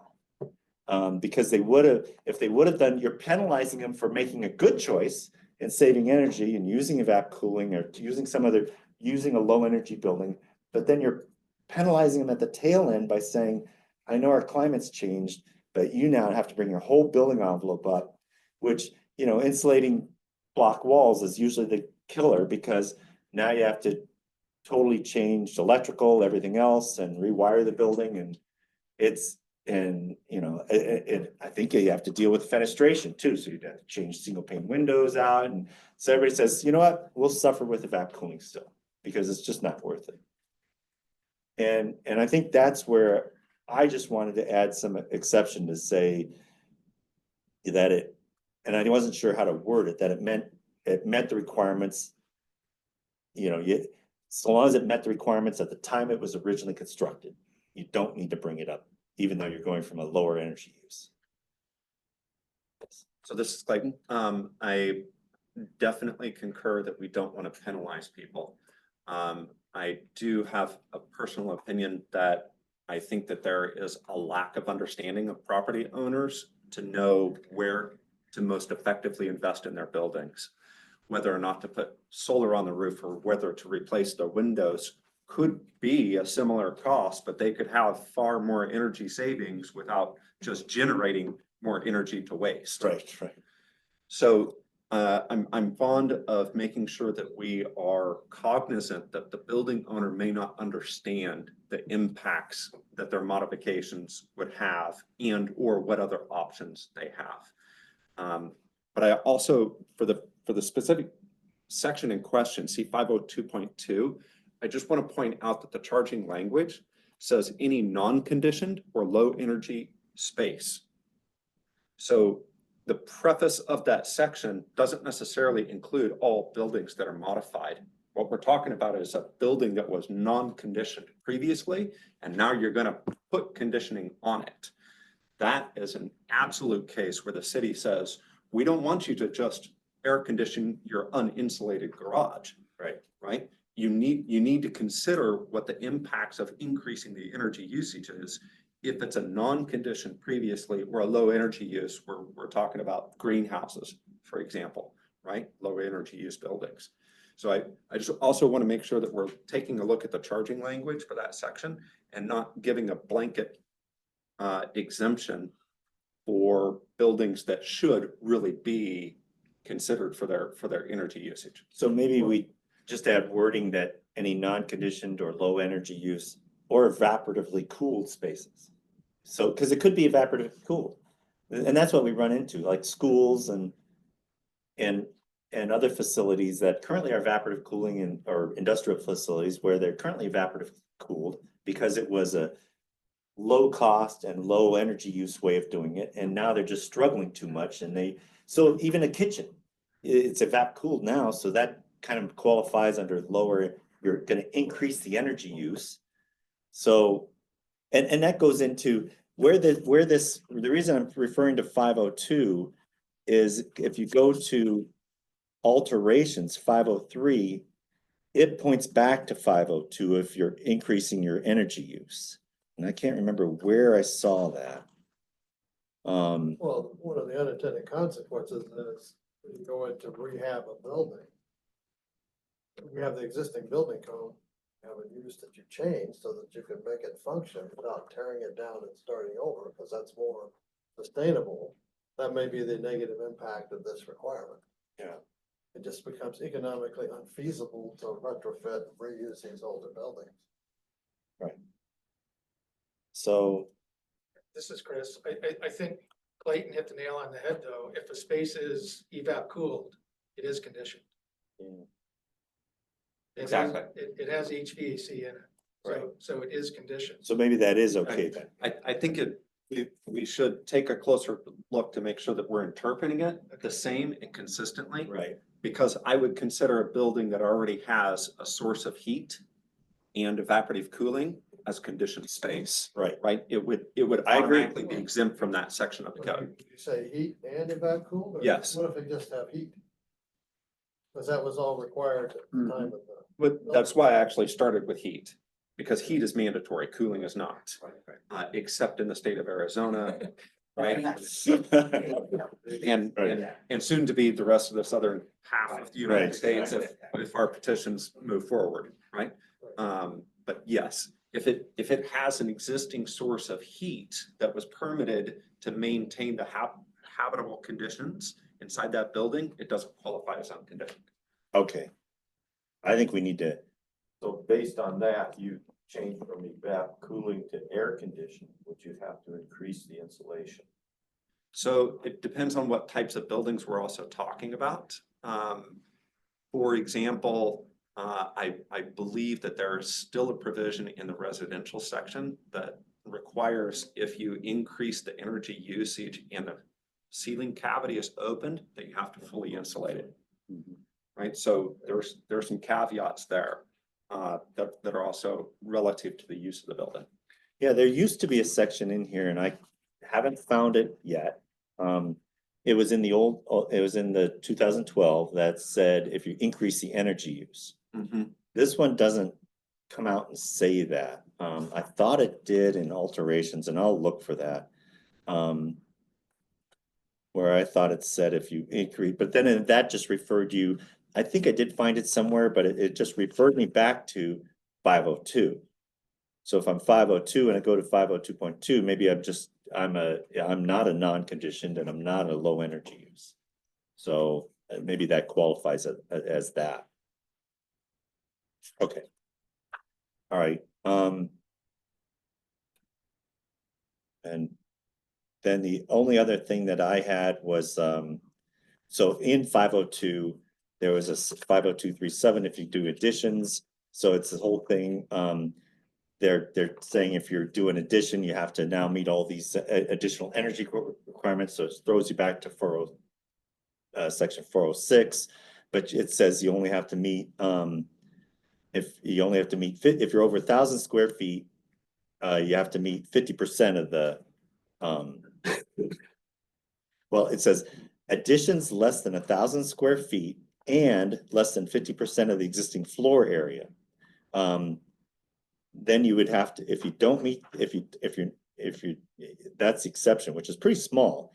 Then you have to meet 50% of all these additional energy requirements, which throws you back to 406, both 406.1, both the 406.1, 2, and 3, which is even a load management just for an addition. So if I have addition that's 1,500 square feet and it's less than 50% of the floor area, which that would probably be, I now have to meet all those requirements under 406. And so that's the one where I was saying that probably we just need to look at when we are changing these square footages, that's a square footage we'll need to change also. And then the last thing I had in here was there's a lot of addendums or appendixes, I should say. And I don't know if there's a whole lot of them. Clayton, you sent me some stuff about some of the other jurisdictions that are accepting these, and I did find out, some other, even in other states, they've already accepted all of these, but there's a lot of appendices. And so they do from charging, vehicle charging to, being, and I know these are voluntary anyways. You've got, let me just run through them real quick, sorry. Zero energy commercial buildings, the 2030 glide path, the TSPR, there's a different way of going through that calculation. There's additional advanced energy credit package. There's electric vehicle charging section in there. There's electric ready commercial buildings, which means if you've got gas, anything, you got to have the power and receptacles all stuffed out so that when gas gets eliminated, they could plug in their electric and it will work. You've got demand responsive control system, a whole section in there, and you got electric energy storage systems. So there's quite a bit in there that is there's a lot of appendices in there, and I know we would have to accept them, but right now I would say that's a lot to review. Well, when we adopt the code, we don't adopt the Appendices. appendices unless they're specifically identified. Right? Correct. That's my understanding. That is Part of the correct. problem is we've got ordinances that were created for Tucson before these appendix. So this EV charging, inclusive home ordinance. So this is Clayton with the city. Want to point out that most of the sections in the appendices are what were referred to as the decarbonization proposals that were part of the reason the energy code's publication was delayed. So a lot of those sections were actually mandatory in the IECC as it was proposed and got moved to appendices before its publication so that they would become optional for jurisdictions to adopt. The city of Tucson is not looking to adopt any of the appendices in the IECC at this time because we feel that all of our local ordinances are addressed in the appendices of the IRC or other codes. So we do have appendices that we've recommended are adopted in the IRC, for example, as amended to meet our specific local ordinances. But we're not proposing to adopt the IECC appendices at this time. And that would be the same for the county. Okay. All right. That's good to hear. Hey, Ken, this is Dan. I think maybe the section you were talking about on the low energy buildings is the 402.1.1.1.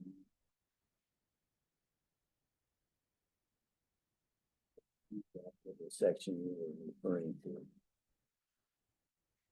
Get there. Hold on. 402. Yeah, low energy buildings, right?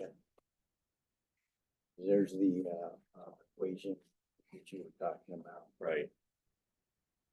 Yeah. And this is one where I thought Oh, I don't have it in, yeah, but you've already addressed this in your current amendments. And both you and Clayton have it already written in your current amendments that if it's a, you know, that if it's evaporative cooled, it qualifies too. Cause sometimes those evap coolers push us over the 1 watt a square foot Yeah, I'd So- have to go back. I don't because of the remember. horsepower. Yeah, so I think you do have that currently in your amendments. Right. Yeah, yep. So that are typically, you know, open to outside buildings like that, yeah. Okay. So I think we got that one addressed. And Ken, your concern of conversion of evaporative cool building, wouldn't that be more addressed in C 503.3? It would, but that then throws you back and says, that you need to, if you're increasing, there was something in there that I I found. guess what I'm saying is if there was an amendment to be made, maybe it belongs in C 503.3 somehow rather than 502. Right, it's weird that they've. Cause even in 2021, they had it more distinct, just like they do in 2018. If you're increasing the energy use, this is what has to happen. In 2024, they've kind of buried it, and the only place it shows up is under additions, change in space up conditioning. Yeah. Which is weird, but I thought somewhere in alterations, it referred me Because just a back to conversion additions. of a building wouldn't be an addition, so that wouldn't even apply. Right, but I thought there was something in here that referred me back there, but I'm not seeing it now. But yeah, I don't see it at all anywhere. But, yeah, it's weird that the 2024 has not made it as blatantly clear as the 2018 and even the 2021. They just came out, if you increase the energy use, you now have to comply with the energy code. This doesn't come out really and say that other than change in space air conditioning. So if you require calculations on a residential and you downsize your unit from 5 ton to 4 ton, and then it doesn't work, now you'll have to bring the building up to energy code. Cause you're increasing the energy. You're increasing the energy of the building. I mean, the only time it's not gonna work is, you know, there are some assumptions, and when you do a deep dive into a wall and what insulation's there, and, you know, there's that side of it that it's hidden and unknown and I can't get to it. But, you know, I can see portions of it, and so then I'm assuming that the insulator maintained R19 through the whole roof, and they didn't, type of thing. I So- guess I'm just saying, Yeah, this it's- whole thing is just. Oh, yeah, it's a circle. Tiger chasing its tail. Yeah. And, yeah. All right, did I make everybody's head spin enough here? So. Well, watching you go through the code book, I think we gotta make a rule to limit the number of fingers required to use the code.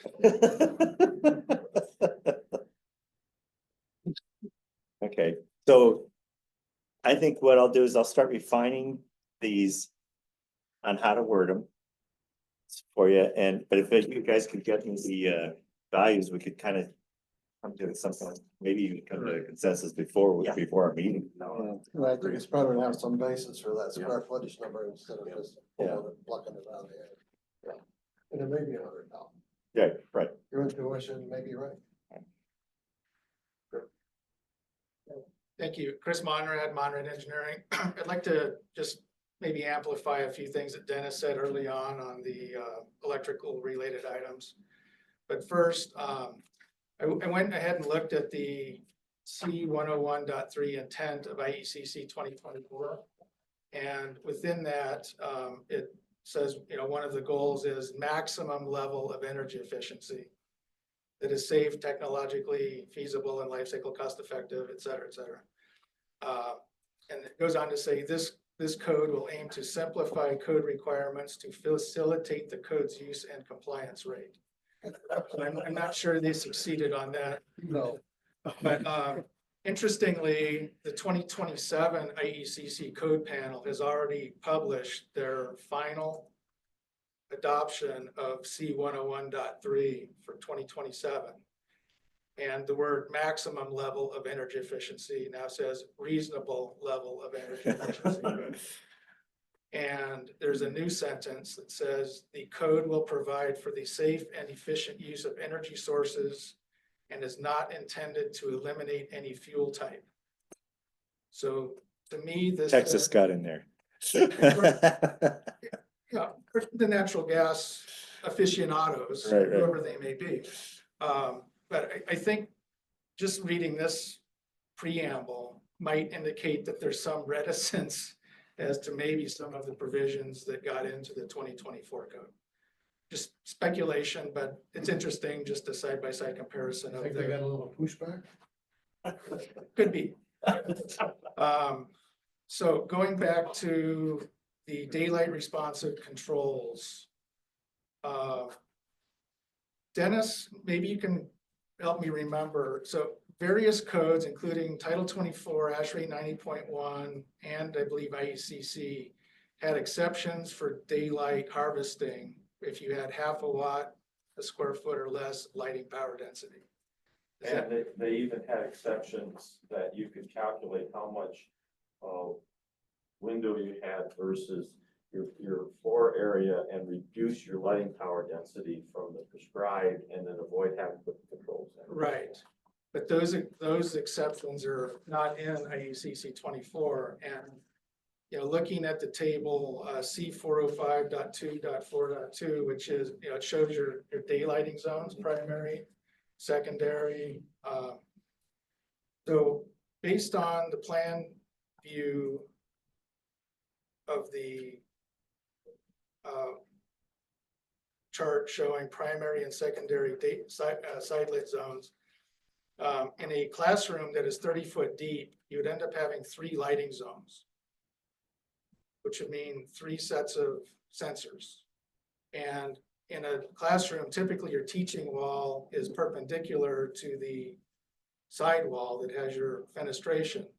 And typically you're trying to separately control the lights at the teaching wall for your AV purposes. So by requiring multiple daylighting zones, and then I'll say optional lighting control zones that the owner needs for AV purposes, you do end up with a fairly complicated lighting control system that becomes a networked lighting control system. Fair enough, Dennis? Yep. Yeah. And there are certain, Essentially, on a per fixture basis, you're gonna be dimming fixtures different Right. levels to meet the code requirement and Right. the function requirement. which basically pushes you into sensors in each light fixture, and then a networked control system that has them all talking to each other. That's what they're trying to go to. Right. Myself. And Vail right now is gonna open a new K-8 this July, and all of the classroom lighting controls are analog. They don't want network lighting control systems.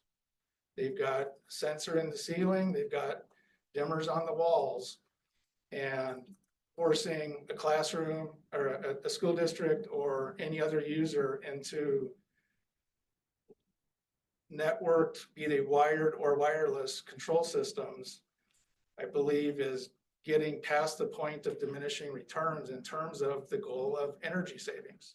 As I said, I thought many of these provisions were manufacturer driven.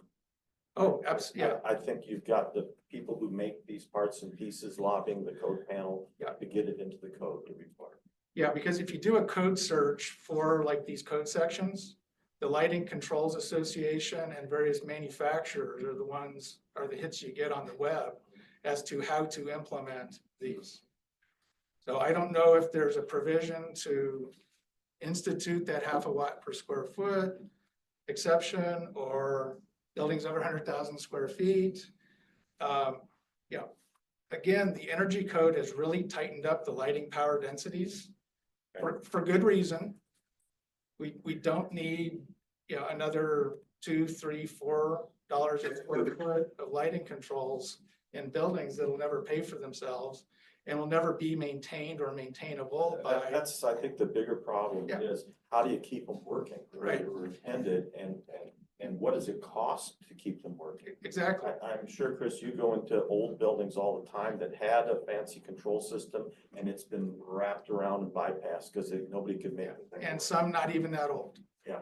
But yeah, it's all we can do to get people to change filters, right? Right. Getting them to maintain these networked control systems, be they wired or wireless, I think is beyond the point of diminishing returns and energy efficiency. And speaking to lighting power densities, I mean, in 7 years, 2x4 troffers have gone from 100 lumens per watt to 140 lumens per watt. And the energy codes have clamped down accordingly to where your base comm check without all of the different check boxes and mandatory this, mandatory that is still promoting super efficient buildings between building envelope, SEER values, connected lighting loads, simple sensors. We're already reaping, 90 or 95% of the cream off the top and trying to capture this last You know, little sliver. providing an asymptotic We're curve absolutely- down to the low end. Absolutely. You've got to throw huge wheelbarrows full of money Yeah. to get this little extra savings. It may not even But the work. problem is what our committee is charged to do is to adopt a national standard and address it to local condition. And we have a flawed national standard. Well, and I might cite that maybe our local conditions don't include a skilled workforce to manage building control systems that maybe the coastal cities have. And then basically the same comments on the receptacle controls. In 2010, I actually did a LEED Platinum project where we put in green receptacles. It was a big dormitory project. It was contracted for LEED Silver. They wanted LEED Platinum, so we got some innovation credit points. We put in green receptacles connected to the thermostat actually had the sensor on it. And it was an owner preference. And the kids could plug in whatever they wanted to the green, knowing that it would time out, and stuff they wanted to keep on, they'd plug into the regular receptacle. Same thing is gonna happen in an office building. And does anybody use them at all? Don't know, haven't been back. Haven't- Probably already got it wired. Yeah. We're on the receptacle and you Yeah. can tell right away. But again, you can make buildings have this infrastructure in there, but you can't keep an owner from putting a plug strip into the non-controlled receptacle and plugging everything else in the room to the non-controlled receptacle. So again, point of diminishing returns, system complexity, long-term maintenance. I just don't see that it makes economic sense, which is in the intent of the code. I don't think they've proven their case that they have fulfilled their intent by prescribing cost-effective, both initial cost and life cycle cost analyzed systems. So we've gotten feedback from the design community and the representative of construction. What we're really not getting any feedback from is building owners and operators and users. And When's the next meeting? Well, I think maybe they'll- we need to hear that feedback and that might. I think their position is, I wanna do what I wanna do when I wanna do it. Yeah. They don't want you telling me what to do. usually the position. If I Um, wanna upgrade, then I'll do that. This- Don't make me. This is, I heard from Chris, should we be mandating something that we as a community don't have the ability to make it work right? If we're putting in equipment that can't be kept in operation and that doesn't perform a useful thing, what's the point of mandating it? Well, I think that's a legitimate local condition, but you don't have the expertise to maintain the system. Again, I'd love to put these costs into building envelope or mechanical systems. It's just the greenwash that is associated with some of this, like the metering. Yeah, you put in all that metering, what's anybody gonna do with it? Except the people who are gonna put it in anyway and know how to manage it. Exactly. Well, I mean, years ago, they used to put a central plant in an apartment complex. Well, that's gone away, because no one knew how to maintain them. And now we try to get them to change the filters. Um, Anyway, that's all I had. Thank you for the time. Thank you, I appreciate it. the other thing that I did find where that low energy use is, so it's in, if you're changing the energy use intensity, which is C 505.2. So it says building thermal, space heating, cooling, ventilating, lighting, and services shall comply to, and then it points me to 505, 2.1 through 4. 2.1 basically says if you're changing the envelope, you could be, you need to make sure your envelope is at least 90% of what's required, and it gets into all these other things. So it's that envelope that I'm just trying to find a way to, especially walls. Because walls, we go from block walls to fully insulating them. It's not a huge, it's costs an enormous amount of money. Yes, they're gonna save energy, but it's gonna be somewhere around 50 to 70-year payback. And that's where I'm saying that if they had air conditioned it in the first place, they wouldn't be in this position of having to make these decisions. But they did the right thing in saving energy, and doing something a little more that is our local condition. But now our local condition has changed, and so now they're struggling. So anyways, I just wanted to address that so that we're not punishing somebody for doing something that I think was a good thing. So. So could you propose an amendment there? Yeah, I can say something about, and I do agree that, they'll do what, if they see that they could save, a dollar, they spend $1 to save $10 by insulating the roof and reducing the amount of AC they need, they're gonna do that. Yeah, the problem is to But get to saving- 90% of a new building's Yes, envelope is not gonna insulating cost the $1. walls, yeah, insulating the walls might save them, 1 unit size, which isn't a big deal. But yet insulating that wall is an enormous cost. So that's where I think we struggle. So. Yeah, so I'll come up with something for that, and it's just for us to review. I'll shoot it to everybody. Excuse me, Chair. This is Christina, City of Tucson. We have somebody online that wants to speak. I don't know if you wanna take them right now, or if you wanna wait till call the audience. I don't know, we've never had somebody ask a question on It's it. always a first. What do we do, Clay? It depends on if it's relative to the discussion at hand. Well, we won't know that, I'm sure.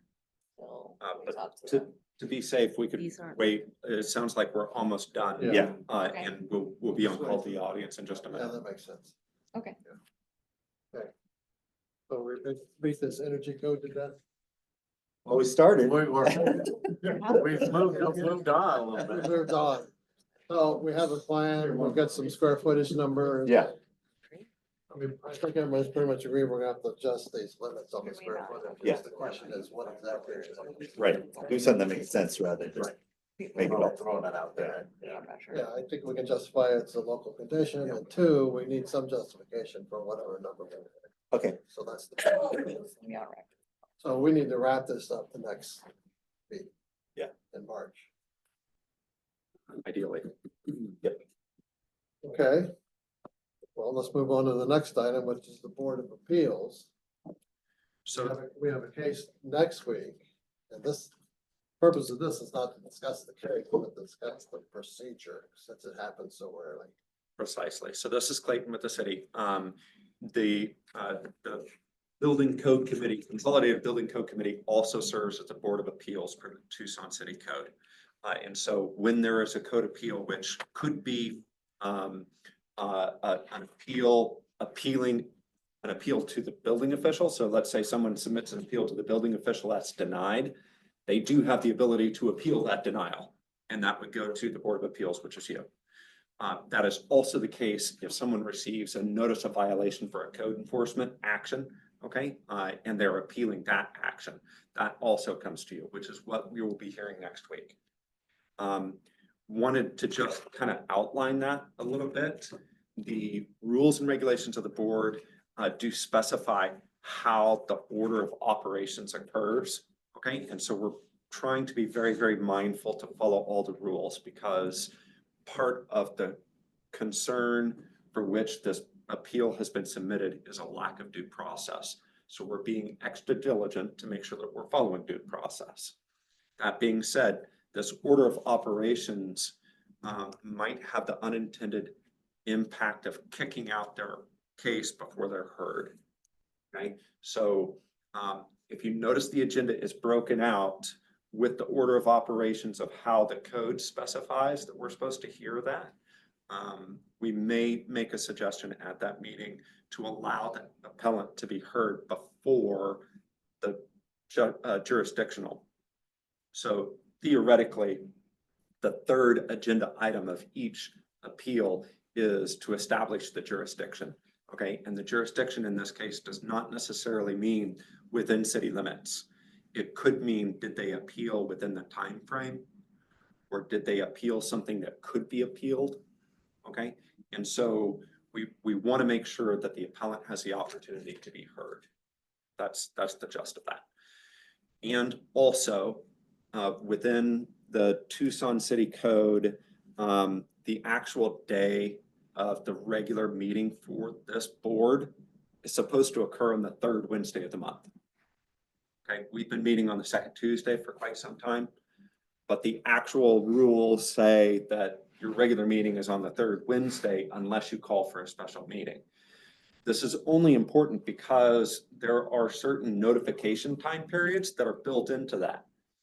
And so we scheduled the meeting for the appeal on the third Wednesday, okay, so that we could make sure that we met all of our notification requirements within the prescribed timeframes. So you will also all be receiving meeting packet information for the information on the appeal either today or tomorrow to meet the 7-day advance requirement for next week. That being said, on your next agenda item, when you consider future meeting dates, you might consider meeting on the day that the board is scheduled to meet on or prescribed to meet on. Other than that, we'll discuss the details of the hearing next week, and you'll be receiving meeting materials either today or tomorrow. And someone from the city attorney's office will be at the meeting. Correct. Was there a time? The meeting is scheduled for 10 a.m. No, but on the third Wednesday of the month, wasn't there also a time? 10 a.m. Again, why we scheduled next week's meeting for that day and time, because that's actually what the Tucson City Code says. In that code section is 6-17.2, and we can shoot a reference to that section if you want to review the language in the Tucson City Code for the Board of Appeals. And we, just to know, since we're on the subject, it'll be the building next to us at the transit building above the little Poca-Cosa. Where we met before for Mhm. the appeal. Exactly. Okay. Yeah. Okay, anybody have any questions? This is Fred. Just want to let you know that there's a good chance I can't be the board. Because I may be in the project. And Does work in the way of this committee? That's my pain giver. What are you thinking? Gotta pay the bills, right? Well, just so everybody knows, the agenda for next week is already posted on the website. Download it. Looks pretty complicated. it's spelled out, but it's pretty simple. Well, this is very legal and it's gotta follow the due process, like you said, and Exactly. all that. Okay, any other questions for next week? Okay. So we'll just move on to the next item, which is the future meeting date. So this is Clayton again. Should you meet or decide to meet on the third Wednesday of March, that would be March 19th. Just saying, it would give you an extra week to prepare for our proposals, should you so choose. But we do need to make sure that we are posting notification and meeting times and days in advance to make sure that we're meeting all of our notification requirements. We want to check their calendar. I'm looking.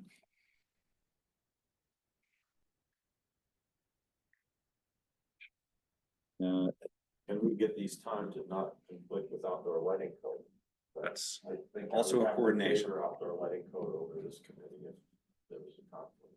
So unfortunately, we did have to cancel tomorrow's outdoor lighting code committee because of scheduling conflicts, and we haven't rescheduled yet. So But we need to avoid. I wanted to make sure that this committee also established their day and time so that we can coordinate to reduce scheduling conflicts for both. Because I also heard that it's difficult to have two committee meetings in the same week, which I can appreciate. I have no conflict. I have a conflict. I won't be here. I'll be flying back that day, so I won't be back till 10 p.m. So there's two down. Right. Okay, Dave, you okay? Okay. So we still have a quorum, even with two people missing.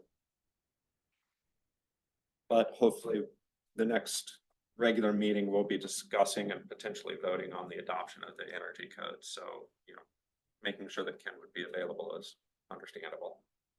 You have the authority to set the day.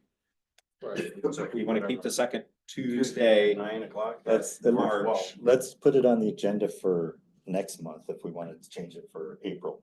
But I would say March, let's keep it where we Keep got it, it. yeah, keep Where it we where got we it. have it. Yeah, Okay. Yep. Okay, so the 11th, The 11th it is. all right. Thank you. And now we got call to the audience. So who's our gentleman or gentlelady that's online here? Ben. Ben.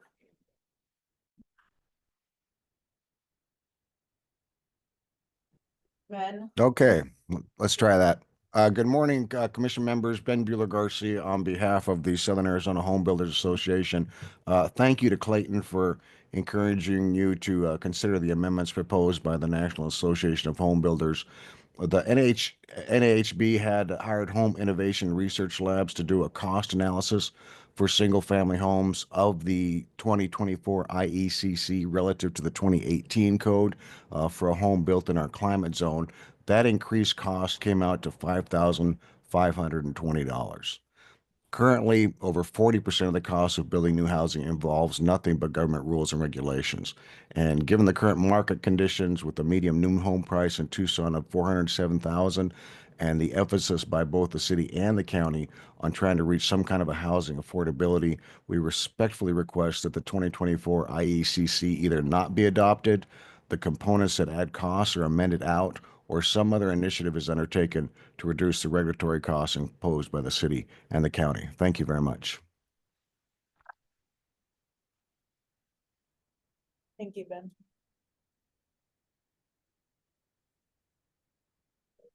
Anybody else? You are the gentleman in the back row of the audience. Do you have any parting remarks? Thank you all for your diligence. This is Chris Monrad. Yes, this 2024 code is a sea change from 2018.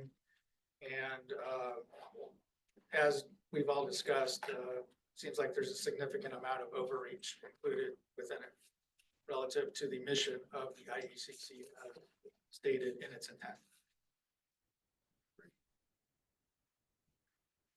Donovan Kelly, final comment would be, I could see if this passes that there's going to be a tremendous burden put on the engineering community that does design work for the built environment. I think that we're going to have a challenge of either doing estimates and life cycle cost basis analyses just to get out of a requirement perhaps, or to do the full buy-in and do the points thing or whatever that is. But as, you know, I think Ken had a really good illustration of that. It's gonna be a burden, and so that could be, less things getting done, firms being overtaxed, bad actors cutting corners, which would be really horrible because you're going in the wrong direction towards, the goal of the project, the premise of the code. So, I'm a little bit concerned. We'll see where it goes. I do appreciate the committee's work. This is a hard one. See a change was a good example. I think that was a good analogy there. This is a significant, definitely significant burden to the efforts that are needed to do any design work going forward if this passes. So thanks for your good work. Appreciate the effort that you put into it. Hope that it turns out well. So do we all. I mean, this is Ken, I mean, to harp what he said, I mean, it doesn't take much to print out a object that fails and edit it in a Photoshop it to make it look like it passed. And I think that's what. Unfortunately, those. You're gonna see a lot of people do it. Those people exist out there. Right, right. Right. And they can This be gives, overseas. Oh, and this yeah. gives them a huge incentive to do that, right? So, which is what we don't wanna do. We don't wanna make an incentive to cheat. Well, the other codes were fairly easy. This has been really tough. Right. Really tough. So any parting comments? Ryan Schmidt with DFTG Architecture. I'll just add on to Donovan's statement. Yes, what's being proposed here comes with a lot of additional design labor, but that also comes with additional costs to the owners as well. Not only in the, you know, in the build form, but in the design side of things as well. So we've touched on that a little bit with the, you know, Ken mentioned the, you know, the increased cost for energy modeling and, you know, lead facilitation and what that would, you know, likely need to be implemented in your everyday project here. But really appreciate the council's efforts here to limit the impact of that. And I think it's heading in a good direction of kind of tiptoeing into it rather than just jumping off the cliff. So. Well, whatever the final version, there's gonna be a lot of education required, I think. Right. Because I don't think most engineers, architects are going to be up to speed. I don't think anybody's up to speed on this. Right. Okay. Well, if there's no further comments, a motion to adjourn. So move. Second. Second. All in favor? Uh, Anybody opposed? Meeting adjourns at 11:07. And you get it.